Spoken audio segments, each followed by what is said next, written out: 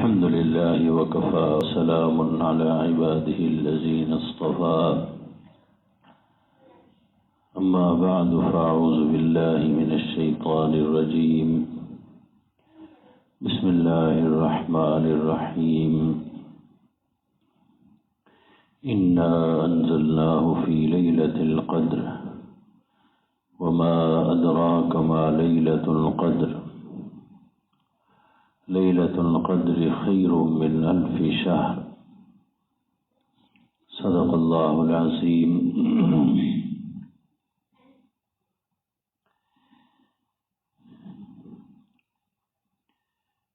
اللہ رب العزت فرماتے ہیں انا انزلناہ فی لیلۃ القدر، ہم نے قرآن لیلۃ القدر میں نازل کیا. وما ادراک ما لیلۃ القدر، اور آپ کو کیا پتا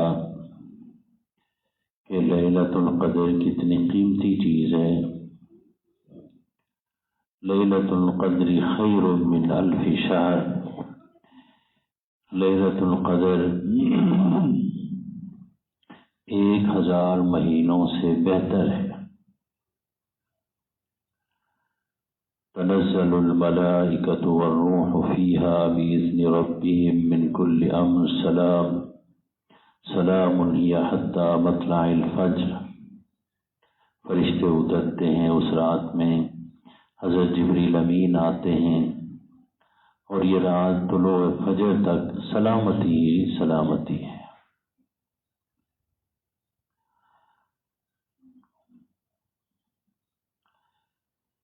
ایک دو چیزوں کے بارے میں، جیسے میں نے آپ سے عرض کیا تھا کہ رمضان کے ساتھ ہماری بہت ساری چیزیں وابستہ ہیں، بہت ساری عبادتیں وابستہ ہیں. صرف روزہ ہی نہیں ہے، تراویح کی نماز بھی ہے.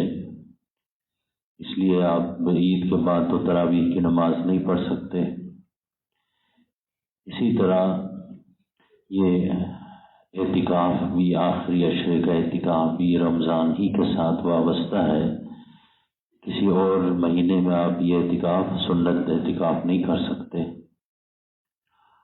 اور اسی کے ساتھ، اسی مہینے کے ساتھ لیلۃ القدر وابستہ ہے. سرکار دو عالم صلی اللہ علیہ وسلم نے پچھلی امت کے ایک بزرگ کا، ایک صالح انسان کا تذکرہ فرمایا صحابہ کرام کے درمیان. اس نے 80 سال عبادت کی. ایک بندہ تھا اللہ کا، رات کو نفل پڑھتا تھا، تہجد پڑھتا تھا، اور صبح اٹھ کے اپنے گھوڑے پہ سوار ہو کے جہاد کرتا تھا. دیکھیں، رات کو قیام اللیل، دن کو جہاد. 80 سال اس نے زندگی یوں گزاری. اب تو جہاد کا نام لے لیں لوگ ناراض ہوتے ہیں. جی بھائی، اللہ کو بہت پسند ہے، اللہ کے رسول کو یہ بہت پسند ہے، لیکن کہاں پر یاد رکھیے اس کو خراب کیا گیا، فساد کو جہاد کا رنگ دیا گیا تو مسائل پیدا ہو گئے. جہاد ہوتا ہے محاذ پہ.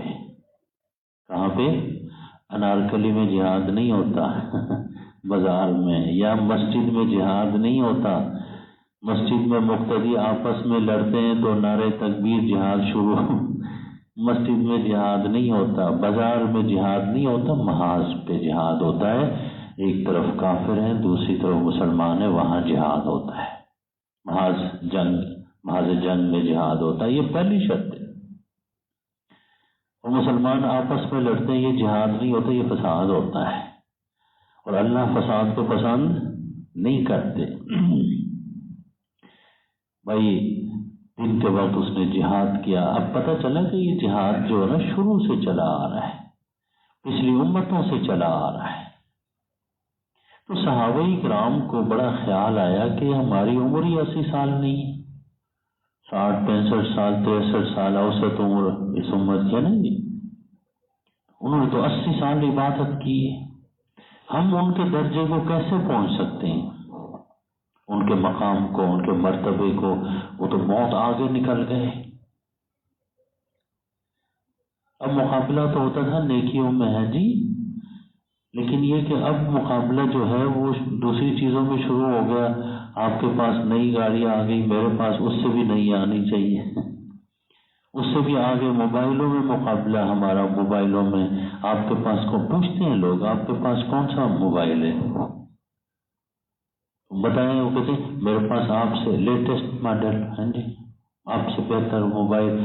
بھائی مہنگے موبائل سے آدمی اچھا نہیں ہوتا، مہنگی گاڑی لینے سے، یہ چیزیں سہولتیں ہیں آدمی برتنے کے لیے، ٹھیک ہے، کوئی ناجائز بھی نہیں ہے، حلال پیسے سے ہوں،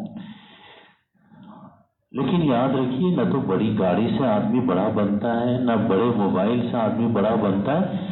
آدمی بڑا بنتا ہے بڑے اعمال سے، بڑے اخلاق سے، بڑے کردار سے آدمی بڑا بنتا ہے۔ آپ نے کتنی یتیموں کی مدد کی، کتنے غریبوں کی مدد کی، کتنے لوگوں کے لیے بیماروں کی مدد کی، اس سے آپ بڑے آدمی بن جائیں گے۔ آپ اپنے ہمسایوں کے ساتھ آپ کا رویہ کیسا ہے؟ ہمسایہ آپ سے تنگ ہے، یہ آپ کا بڑا موبائل آپ کو اللہ کے ہاں کم از کم بڑا آدمی نہیں بنائے گا۔ مسجد میں نمازی آپ سے تنگ ہیں کہ نہیں ہیں؟ آج کل تو یہ بڑا مسئلہ ہے، لوگ مسجد میں نماز پڑھنے نہیں آتے، لڑنے آتے ہیں۔ گھر میں بیوی کے ساتھ لڑائی ہوتی ہے پھر مسجد آتے ہیں، بیوی کے ساتھ تو لڑ نہیں سکتے تو مسجد میں تو نمازی موجود ہے نا جی، ادھر آ جائیں بھائی، یہ عبادت کی جگہ ہے، لڑائی کی جگہ خدا رہا۔ بلکہ انسان کہیں بھی، انسان تحمل کا، صبر کا، تحمل ختم ہو چکا ہے، صبر ختم ہو چکا ہے۔ کس کو سمجھائیں؟ اچھے بڑے سمجھدار، ہم سے بھی زیادہ بڑی عمر کے لوگ لڑنے پہ اتر آتے ہیں۔ میں دیکھتا رہتا ہوں جہاں بھی مسجدوں میں جائیں وہاں پر یہ چیزیں نظر آتی ہیں۔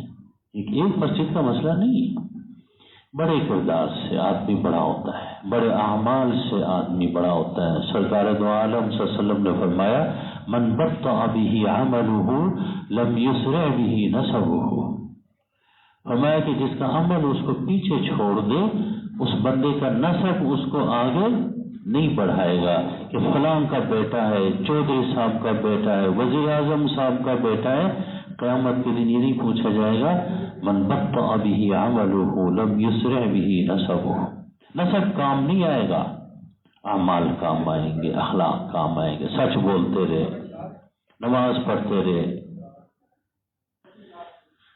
تو دیکھیے وہ آدمی رات کو عبادت کرتا، دن کو بھی جہاد کرتا۔ میں صحابہ کرام نے حضور صلی اللہ علیہ وسلم سے گزارش کی کہ ہم اس کے مرتبے کو کیسے پہنچیں، تو یاد رکھیے سرکار دو عالم صلی اللہ علیہ وسلم کے طفیل ایک رات اللہ نے دے دی جس کو لیلۃ القدر کہتے، اور فرمایا کہ لیلۃ القدر ایک رات میں عبادت کوئی کرے تو اس کو پھر 1000 مہینوں سے زیادہ کا ثواب، عبادت کا 1000 مہینوں سے زیادہ، 86 سال تقریباً، 80 یعنی 6 سال زیادہ۔ اب ایک نوجوان مجھ سے پوچھ رہے تھے کہ جی وہ جو ہے نا یہ لیلۃ القدر کا ثواب، اس کا اجر پہنچے گا، اس کے لیے منیمم ریکوائرمنٹ کیا ہے؟ یہ نوجوانوں کے سوال ہے، زبان ان کی اور ہے، اصطلاحات اور ہیں۔ مطلب یہ کہ بھائی کم از کم جو ہے نا بھائی شرط کیا ہے کہ جو اس کا لیلۃ القدر کا ثواب اجر مل جائے۔ لکھا یہی ہے علماء نے کہ عشاء کی نماز بندہ جماعت کے ساتھ پڑھ لے، فجر کی نماز جماعت کے ساتھ پڑھ لے، وہ بندہ بھی انشاءاللہ لیلۃ القدر کے اجر میں کیا ہوگا، اس کو بھی اللہ عطا کر دیں گے۔ کم از کم منیمم جیسے باقی جتنی عبادت رات کو کرے اتنا زیادہ ثواب ملے گا، اتنا زیادہ اجر ملے گا۔ پھر پوچھتے ہیں کہ لیلۃ القدر میں کچھ نظر آنا ضروری ہے، یہ بھی لوگ پوچھتے ہیں جی، خواب نظر آنا، روشنی نظر آنا ہے جی، آج کل تو ہر جگہ موم بتیاں جلانے کا یہ ایک موم بتی گروپ بھی نکل آیا ہے. روشنی کوئی نظر آئے، کوئی خواب، نہیں بھائی، یہ ثواب ہے، یہ اجر ہے، یہ اصل میں انعام ہے جو سرکار دو عالم صلی اللہ علیہ وسلم کے طفیل وسیلے سے امت کو یہ انعام عطا ہوا ہے. تو آپ ایک رات عبادت کریں گے، پچھلی امتوں کے 80 سال کی عبادت کرنے والے سے آپ آگے بڑھ جائیں گے. اللہ کے ہاں حضور کی امت کی عبادت کی قدر بہت زیادہ ہے. اللہ نے مہربانی کر دی، ہماری کمزوری کو دیکھا، نہ تو ہم جہاد میں نکل سکتے ہیں جی، گھر میں بیٹھے ہوئے ہیں. اب یہ جو نا معتکفین حضرات گھر سے نکل کے اعتکاف کے لیے مسجد تک پہنچ گئے، ان کو کہا جائے محاذ پہ چلے جائیں، کدھر جائیں گے؟ اور پھر گھر سے کھانے آ رہے ہیں ڈبل، گھر والے بھی محبت کر رہے ہیں جی، کھانے بھیج رہے ہیں. اور وہ ایک مسجد کا ایک جگہ تو سنا کہ وہ کسی نے افطاری دی اور معتکف نے اتنا کھا لیا ہارٹ اٹیک ہو گیا. اور بھائی کیا کر رہے ہو؟ اعتکاف میں بیٹھے ہو، کوئی خدا کا خوف کرو، کم کھاؤ. رمضان تو ہے ہی، کھانا کم کریں. ہم یہ نہیں کرتے، ہم یہ کرتے ہیں کہ بھائی افطاری میں وہ دوپہر کا کھانا شارٹ ہو چکا ہے، افطاری میں وہ بھی پوری ہو جاتی. جو ہمارے بزرگوں نے فرمایا کہ بھائی انسان کی ترقی، روحانی ترقی کے لیے قلت طعام، قلت کلام، قلت اختلاط بین الانام، کم کھانا، کم باتیں کرنا. ہمارے باتیں بہت کرتے ہیں، گھوتار کے غازی اتنے ہیں کہ حیرانگی ہوتی. قلت اختلاط بین الانام، لوگوں سے ملنا جلنا کم سے کم کیا جائے. لوگ وقت ضائع کرتے ہیں، نماز کے وقت آ کے بیٹھ گئے، گپ شپ کرے، نماز کے وقت نکل جاتے ہیں. یہ تینوں چیزیں ہم دیکھتے ہیں اعتکاف میں. قلت طعام، کھانا کم، کیونکہ گھر میں فریج پڑا ہوا ہے، فٹافٹ جا کے کوئی چیز نکال کے کھا لی. مسجد میں تو کوئی چیز نہیں ہے، روٹین کا کھانا، اور گھر والوں کو چاہیے وہ بھی تھوڑا کم بھیجا کریں. مسجد ہے یہ، ہوٹل نہیں ہے. اعتکاف میں صاحب بیٹھ گئے، گھر فون کرتے ہیں، لاؤ جی. اب یہ بھی ایک بڑا مسئلہ، ایک صاحب پوچھ رہے تھے کہ موبائل ساتھ رکھنا جائز ہے کہ نہیں مسجد میں. بھائی جائز ہے، ناجائز کیا ہوگا، لیکن استعمال ٹھیک کریں. گھر سے کوئی رابطہ کرنا ہے، خیریت بتانی یا کوئی چیز منگوانی ہے، اس کے لیے تو ٹھیک ہے. دکان میں بھی کسی کو فون کرنا ہے کہ فلاں کام یوں کر لیں، تب بھی جائز ہے. لیکن یہ نہیں کہ فیس بک دیکھتے بھائی تلاوت کریں، ذکر الہی کریں، خلوت اور تنہائی. ایک تو قلت طعام، کھانا کا. دوسرا یاد رکھیے قلت کلام، باتیں کم کریں. اب میں دیکھتا ہی ہوں کہ معتکفین، میں مسجدوں میں جانا ہوتا ہے، دیکھتا ہوں گروپ بنا کے بیٹھے گپ شپ کر رہے ہیں، ہی ہاں ہوں گپ شپ کر رہے ہیں. اور بھائی اپنے اپنے کمروں میں رہیں. میں تو چاہتا ہوں کہ بھائی کوئی ایک مانیٹر مقرر کیا جائے کہ بھائی کوئی معتکف اپنے کمرے سے باہر نہ نکلے، کمرے کے اندر رہے. گپ شپ کیا ہوتی ہے؟ اسلام آباد میں کیا ہو رہا ہے؟ الیکشن ہو رہے ہیں کہ نہیں ہو رہے؟ بھائی تم الیکشن کرانا بیٹھے ہو یہاں، یہ سپریم کورٹ کا کام ہے، تمہارا نہیں، میرا نہیں. اعتکاف کی قدر کریں. یہ 10 دن ملے ہوئے، آپ تنہائی میں کیا کریں. یہ تنہائی کی عبادت یاد رکھیے، یہ صرف حضور نے نہیں شروع کر، یہ تو پچھلی امتوں میں بھی. موسیٰ علیہ السلام 40 دن کے لیے گئے تھے کوہ طور پہ، اعتکاف کیا تھا. حضور کے دادا جناب عبد المطلب جو تھے، عبد المطلب، وہ غار حرا میں جا کے رمضان میں بیٹھتے تھے پورا مہینہ. اور اس کو عربی میں کہتے ہیں تحنث. کیا کہتے ہیں؟ تحنث. تحنث کے معنی ہوتے ہیں خاموش عبادت. دیکھیں وہاں بیٹھ کے سوچتے ہیں، اللہ کے بارے میں سوچتے ہیں، اللہ کی صفات کے بارے میں سوچتے ہیں، اللہ کی قدرت کے بارے میں. تحنث، تدبر. ان کے بعد جناب یاد رکھیے بعثت سے پہلے نبی کریم صلی اللہ علیہ وسلم وہاں جا کے بیٹھتے تھے، اور وہی نازل ہوئی ہے اسی غار حرا میں. تحنث کے دوران وہی نازل ہوئی. اسی کو بعثت کے بعد حضور صلی اللہ علیہ وسلم نے اب غار جانے کے بجائے حضور نے فرمایا 10 دن مسجد میں آ جاؤ. اسی تحنس کو اعتکاف کی شکل دے. وہ پورا مہینہ بیٹھتے تھے وہاں. اب 10 دن رکھا. پہلے حضور نے پورا مہینے کا اعتکاف کیا. جی ہاں، حضور نے پہلے عشرے کا اعتکاف کیا، پھر دوسرا عشرے کا، پھر تیسرے عشرے کا. اور فرمایا کہ میں نے لیلۃ القدر کو تلاش کرتے ہوئے پہلے عشرے کا اعتکاف کیا، نہیں ملی وہ رات. پھر دوسرا عشرے کا اعتکاف کیا، نہیں ملی. پھر تیسرے عشرے کا اعتکاف کیا اور مجھے بتایا گیا کہ وہ تیسرے عشرے اس کے آخری 30 راتوں میں مجھے یہ بتایا گیا. اس کے بعد پھر حضور نے آخری عشرے کا ہی کیا کیا؟ اعتکاف کیا. 1 مہینے کا بھی کیا. ہمارے بہت سارے بزرگ ایسے کہ وہ پورے مہینے کا بھی اعتکاف کرتے تھے. میرے جو نانا جی تھے نقشبندی رحمہ اللہ، مولانا مستجاب صاحب رحمۃ اللہ علیہ، وہ پورے مہینے کا اعتکاف کرتے تھے. مسجد میں بیٹھ جاتے تھے. مہینہ شروع ہو 1 مہینے. معلوم یہ ہوا کہ یہ جو معتکفین بیٹھے ہوئے ان کو پتہ ہونا چاہیے کہ یہ کس لیے بیٹھے ہوئے، لیلۃ القدر تلاش کرنے بیٹھے. کیونکہ مسجد میں جب اعتکاف میں آدمی ہوتا ہے، سویا ہوا ہوتا ہے، تب بھی وہ عبادت میں ہوتا ہے. تو اعتکاف والوں کی تو انشاءاللہ ثم انشاءاللہ لیلۃ القدر کی کا اجر و ثواب کیا ہے؟ انشاءاللہ ان کو تو ملے گا، کیونکہ مسجد کے اندر ہے. اس لیے وہ اپنے وقت کی قدر کریں، وہ اپنے جو ہے نا بھائی جگہ کی قدر کریں جس جگہ بیٹھے ہوئے کہ وہ سو بھی جاتے ہیں تو عبادت میں شمار ہوتے ہیں. گپ شپ نہ کریں، گروپ بنا کے جو ہے نا باتیں شروع نہ کریں. اسلام آباد میں کیا ہو رہا ہے، جو ہو رہا ہے گند ہو رہا ہے، اس گند کو مسجد میں نہ لاؤ.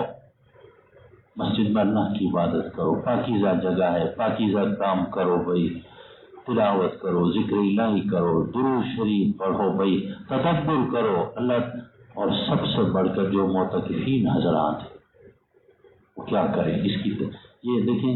آپ اعتکاف میں مجھ سے بھی ہیں لوگ کہ جی بیٹھتے ہیں ظہر کی نماز تو 4 رکعت ہی پڑھتے ہیں، 6 تو نہیں پڑھتے.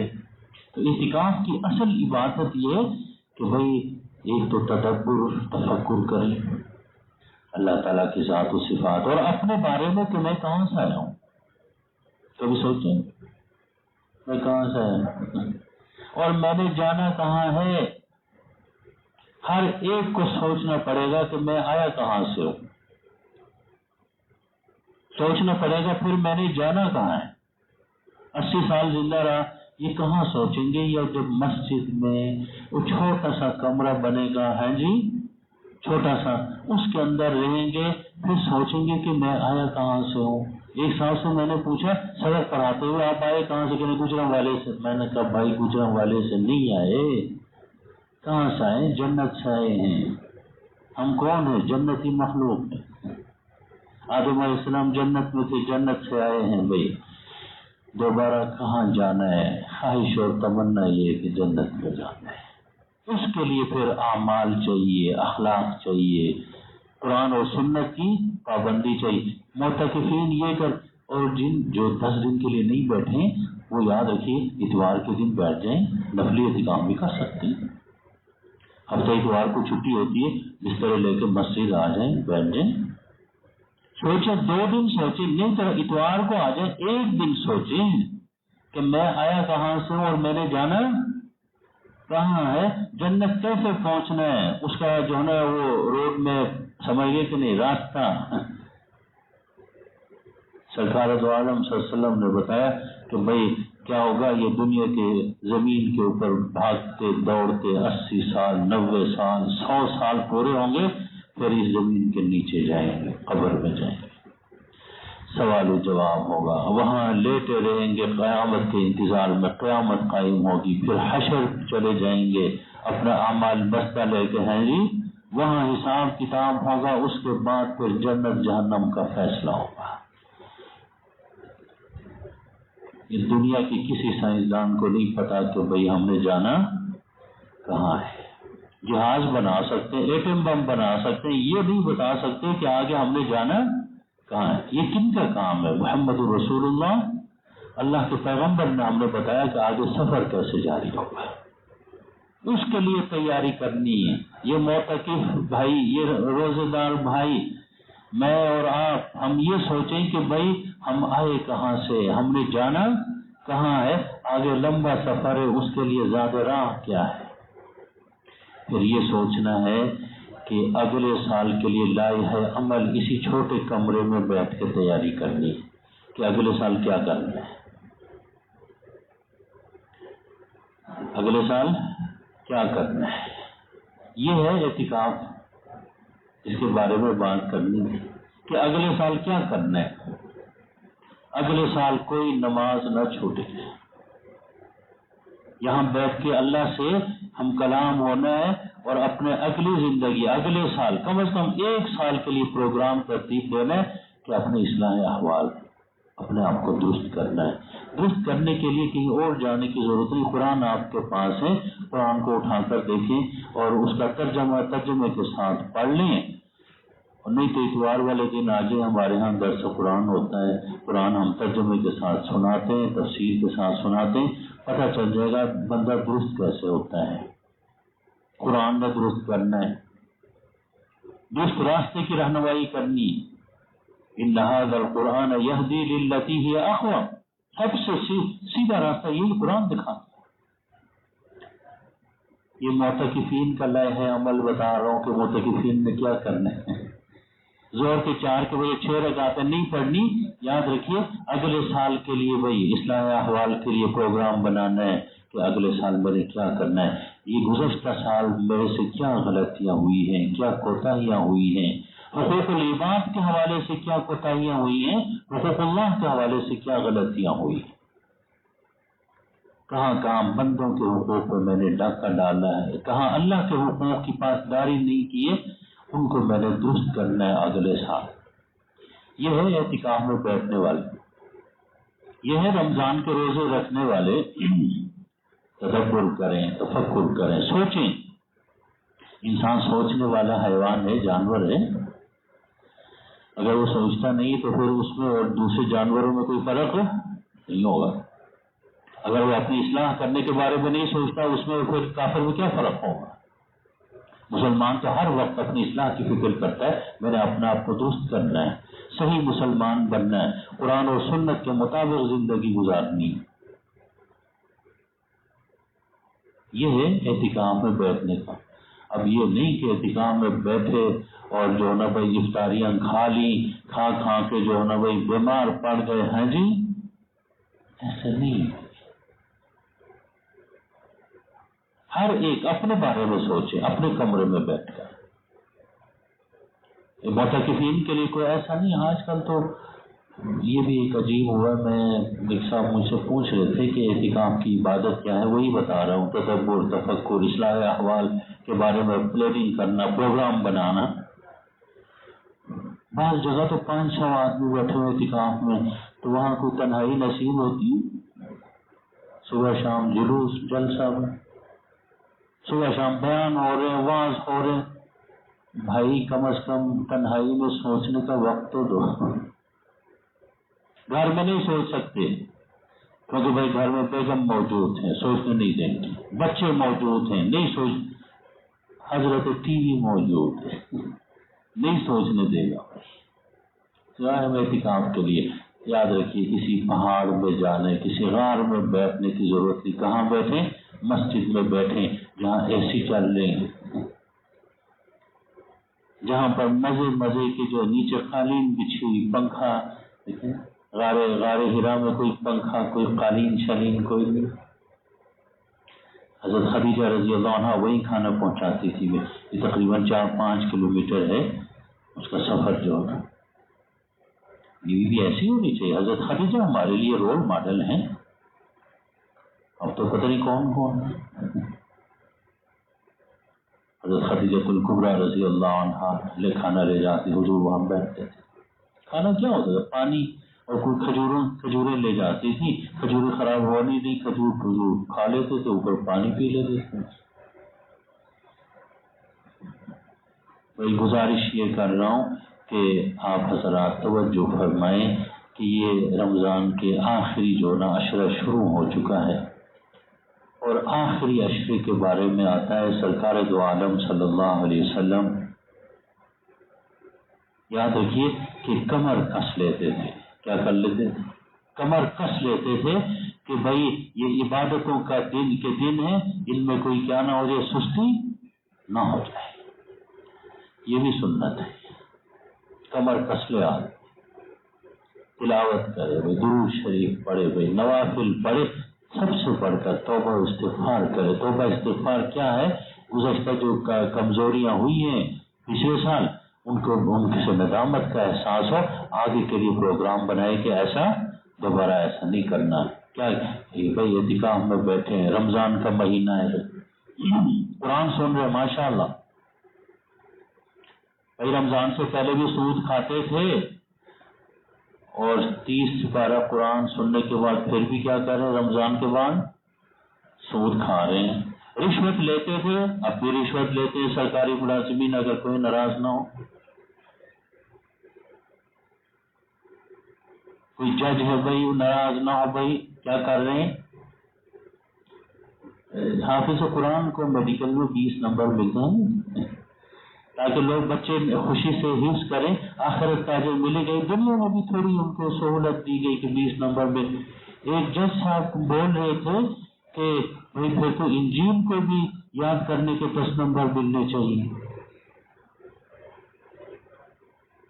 پتہ چلا جج صاحب کے بیوی بچے برطانیہ میں رہتے، انجیل یاد آ گئی ان کو، اور وہاں سنا ہے کوئی جو ہے نا ان کو فلیٹ نہیں ملا، اس کو منی ٹرین نہیں دے سکتے، قرآن کے اوپر حملہ ہوا۔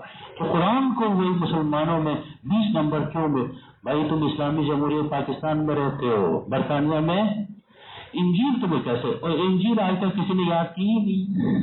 کوئی عیسائیوں کا مطالبہ نہیں، یہ ہمارے سپریم کورٹ کے جج کا مطالبہ ہے۔ انا للہ و انا الیہ راجعون۔ حافظ قرآن بننے میں کتنی محنت ہوگی؟ 20 نمبر چیز کیا ہے اس کے بارے میں؟ بھائی کرکٹ کھیلنے کے لیے بھی ہماری یونیورسٹیوں میں کوٹا موجود ہے کہ نہیں؟ ہاکی کھیلنے، فٹ بال کھیلنے، بیڈمنٹن کے لیے بھی یونیورسٹیوں میں کوٹا۔ حافظ قرآن کا کوٹا کوئی نہیں، صرف 20 نمبر ہے، اس پہ بھی جج صاحب کو تکلیف ہو رہی ہے۔ پھر ہم کہتے ہیں کہ جی پاکستان ترقی نہیں کر رہا، نہیں کرے گا نا بھائی، دیکھو کیسے ترقی کرے گا؟ ہمارے ہاں ایسے ایسے لوگ بیٹھے ہوئے ہیں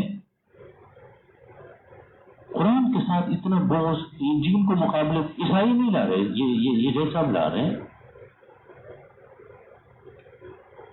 اور جو حفظ کرتے ہیں 2-3 سال کتنی محنت کرنی پڑتی ہے، یہ ان سے پوچھیں پھر 20 نمبر وہ بھی کہتے ہیں نہیں ملنے چاہیے، انجیل والوں کو بھی ملیں گے۔ کمال ہو گیا۔ بچے ان کے برطانیہ میں رہتے ہیں اور پتہ نہیں کس کے لیے وہ کام کر رہے ہیں۔ جو قرآن یاد رکھیے، ہمارے بچے اجر تو اللہ دے گا، ہمارے بچے قرآن حفظ کرتے ہیں، اللہ کی رضا کے لیے کرتے ہیں، لیکن یاد رکھیے ضیاء الحق کے زمانے میں، جنیدو کے زمانے میں یہ میڈیکل میں 20 نمبر، دوسرے اس میں بھی انجینئرنگ میں بھی 20 نمبر ان کو جو بچہ حافظ قرآن میں مل جائیں گے، تاکہ ہمارے بچے نوجوان حفظ قرآن کی طرف آ جائیں، اور الحمدللہ آ رہے ہیں۔ اب تو ہمارا آرمی چیف بھی حافظ قرآن ہے، لیکن اس جج کو پوچھنا پڑے گا، اس کے بارے میں پتہ لگانا پڑے گا کہ اس کے بچے وہاں کیا کر رہے ہیں۔ حفظ قرآن کے ساتھ اتنا بوجھ ہے، اللہ معاف فرمائے۔ یہ ہمارے بڑے لیول کے لوگ ہیں، الحمدللہ مسلمان تو محبت کرتے ہیں، حافظ قرآن سے محبت، قرآن سے محبت کرتے ہیں، لیکن ساتھ ساتھ یہ بھی اس محبت کے ساتھ ساتھ قرآن سمجھنے کی بھی کوشش کی جائے۔ یہ رمضان قرآن کا مہینہ ہے۔ میں آپ سے عرض کر رہا تھا معتکفین کے حوالے سے، اعتکاف کے حوالے سے، کہ یہ اعتکاف در حقیقت یہ لیلۃ القدر کی تلاش ہے۔ مسجد میں بیٹھ کے لیلۃ القدر کی تلاش حضور نے پہلے عشرے کا اعتکاف کیا، دوسرے کا کیا، تیسرے کا کیا، اور یہ اجر اور ثواب، اور یہ اعتکاف کے اندر یہ عبادت، ایک تو لیلۃ القدر کی تلاش، اور دوسرا یہ کہ بھائی غور فکر کرنا اپنی زندگی کے بارے میں کہ میں نے 50 سال زندگی کے کیا کیے، حاصل کیا ہوا ہے، نمازیں میری کتنی ترک ہوئی ہیں بھائی، چھوٹی ہیں، روزے کتنے چھوٹے ہیں بھائی، حج کیا ہے کہ نہیں کیا، زکوٰۃ دیتے ہیں کہ نہیں دیتے، تو حالات ٹھیک نہیں ہے۔ زکوٰۃ دینے کے بعد آگے کہتے ہیں حالات ٹھیک نہیں، فلاں بچے کی شادی میں کوئی 10-15 ہزار روپے دے، کروڑوں کی زکوٰۃ نکلتی ہے۔ جی ہاں، اب ٹیکس دینے والے کتنے دو، اس کو تھوڑے ہی ہے میرا خیال ہے، اور کہتے ہیں کہ بھائی جو زکوٰۃ دینے کے اہل لوگ ہیں وہ بہت زیادہ الحمدللہ پاکستان میں لاکھوں میں زکوٰۃ دے دیں تو انشاءاللہ غربت ختم ہو جائے گی۔ دیتے بھی ہیں، اچھے لوگ بھی ہیں، لیکن یہ کہ تھوڑے بڑھنے چاہیے یہ لوگ۔ ان چیزوں کے اوپر غور کریں۔ معتکفین حضرات، روزہ دار کی غور فکر کریں کہ میں یہ صبح سے شام تک بھوکا کیوں رہ رہا ہوں؟ میرے بھوکے رہنے سے اللہ کو کیا ملتا ہے؟ کیا خدا کی خدائی میں کوئی اضافہ ہوتا ہے؟ بھائی بھوکا یہ تربیتی نظام ہے، بھوکے رہیں گے، پیاسے رہیں گے تو بھوکے لوگوں کے ساتھ ہمدردی پیدا ہو جائے گی، پیاسے لوگوں کے ساتھ ہم تو اختیاری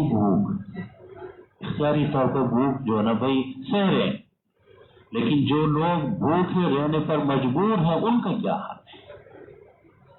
ان کے ساتھ ہمدردی پیدا ہوئی ہے کہ نہیں ہوئی؟ اس لیے لعلکم تتقون، تاکہ تم کیا ہو جاؤ؟ تقوی، متقی ہو جاؤ۔ روزہ رکھ کے متقی ہونا یہی ہونا ہے کہ انسانوں کے ساتھ ہمدردی پیدا ہو جائے۔ اس لیے کہا گیا بھائی فطرانہ دے دیں، رمضان کے اختتامی ایام میں فطرانہ دے دیں۔ ہمدردی کیا ہوگی؟ فطرانہ دے دیں کہ غریبوں کے ساتھ، غریبوں کی بھی عید ہو جائے، بھائی ان کے لیے بھی افطاری کا، سحری کا بندوبست ہو جائے۔ حضور پاک صلی اللہ علیہ وسلم یاد رکھیے رمضان کیسے گزارتے تھے۔ بخاری شریف کی حدیث میں آتا ہے کہ حضور رمضان میں سخی ہو جاتے تھے، زیادہ سخی تھے، لیکن رمضان میں کہتے کتنے سخی ہوتے تھے؟ کہتے چلتی ہوا کی طرح، کافر مسلمان جو کوئی سامنے آ گیا لٹاتے تھے۔ یہ بھی سنت ہے حضور کی۔ یہ 2 رکعت قاری صاحب، یہ 2 رکعت سنتیں ہی نہیں اور بھی بہت سنتیں ہیں۔ رمضان میں سخی ہو جائیں، سخی کم از کم آپ اپنے بچوں کے لیے سخی ہو جائیں، ہمسایوں کے لیے، دوست احباب کے لیے، بھائی پوچھیں ان سے، ان کی ضرورتیں پوچھیں ان کی۔ اور ایک صاحب پوچھ رہے تھے عیدی دینا کیسا ہے؟ بھائی دیں تو صحیح، مسئلہ ہی پوچھتے ہیں کہ بہترین کا بچوں کو عیدی دیں، بھائی سمجھ گئے کہ نہیں؟ یہ ہدیہ ہے، تحفہ۔ پوچھ رہے تھے سید کو دے سکتے ہیں کہ نہیں دے سکتے عیدی؟ کیوں نہیں دے سکتے؟ یہ تحفہ ہے، ہدیہ ہے۔ سرکار دو عالم صلی اللہ علیہ وسلم خود ہدیہ قبول فرماتے تھے، اس لیے سید بھی ہدیہ قبول، بلکہ بہتر ہے سیدوں کو دیا جائے، کیونکہ زکوٰۃ تو ان کو دی نہیں جا سکتی، عیدی دے دی جائے ان کو اگر کہیں سید ہے، تاکہ وہ بھی اپنی زندگی میں آگے بڑھیں، ترقی کریں۔ یہ چھوٹی چھوٹی نیکیاں ہوتی ہیں، راستے میں پڑی ہوتی ہیں، چھوٹی چھوٹی خوشیاں ہوتی ہیں۔ آپ یاد رکھیے کسی کی جو ہے نا خوشی میں حصہ ڈالیں۔ رمضان کا پیغام ہی ہے لعلکم تتقون، تاکہ تمہارے اندر تقوی آ جائے، انسانیت آ جائے، تمہارے اخلاق درست ہو جائیں، تمہارے اندر سے بخل ختم ہو جائے، ہوس ختم ہو جائے، لالچ ختم ہو جائے۔ یہی تو روزے کا فائدہ ہے۔ رمضان کے بعد دیکھ لیں، خود ہی اپنا جائزہ لیں، ترازو میں ڈال کے، یہ بخل، لالچ، ہوس، حرص، یہ بیماریاں، اندرونی بیماریاں ختم ہوئی ہیں کہ نہیں؟ کم ہوئی ہیں کہ؟ اگر کم ہوئی ہیں بہت اچھی بات ہے، اور اگر ختم ہوئی ہے تو بہت ہی اچھی بات ہے، رمضان کا حق ادا ہو گیا ہے۔ اور اگر ابھی تک باقی ہیں تو اس کا مطلب ہے رمضان کا حق ادا نہیں ہوا ہے۔ معتکفین حضرات جو ہیں اللہ تعالیٰ ان کے اعتکاف کو قبول فرمائے۔ جتنے بھی نمازی ساتھی بیٹھے ہوئے ہیں اللہ سب کو لیلۃ القدر کا اجر و ثواب عطا فرمائے، کسی کو بھی اللہ لیلۃ القدر کے اجر سے محروم نہ فرمائے۔ اور یہ کہ روزے کا جو حق ہے، رمضان کا جو حق ہے، یہ آخری عشرے میں اللہ تعالیٰ اس حق کو ادا کرنے کی توفیق عطا فرمائے۔ جس احساس کے ساتھ، جس جذبے کے ساتھ، جس نیت کے ساتھ، جس ارادے کے ساتھ روزہ رکھنے کی اللہ اور اس کے رسول کی تعلیمات ہیں، اسی جذبے احساس کے ساتھ اللہ روزہ رکھنے کی توفیق عطا فرمائے۔ روزے کی جتنے بھی برکات ہیں، جتنے بھی انوارات ہیں، جتنے بھی روحانی اثرات ہیں، دنیا میں، قبر میں، آخرت میں اللہ ہم سب کو وہ انوارات عطا فرمائے۔ وآخر دعوانا الحمدللہ رب العالمین۔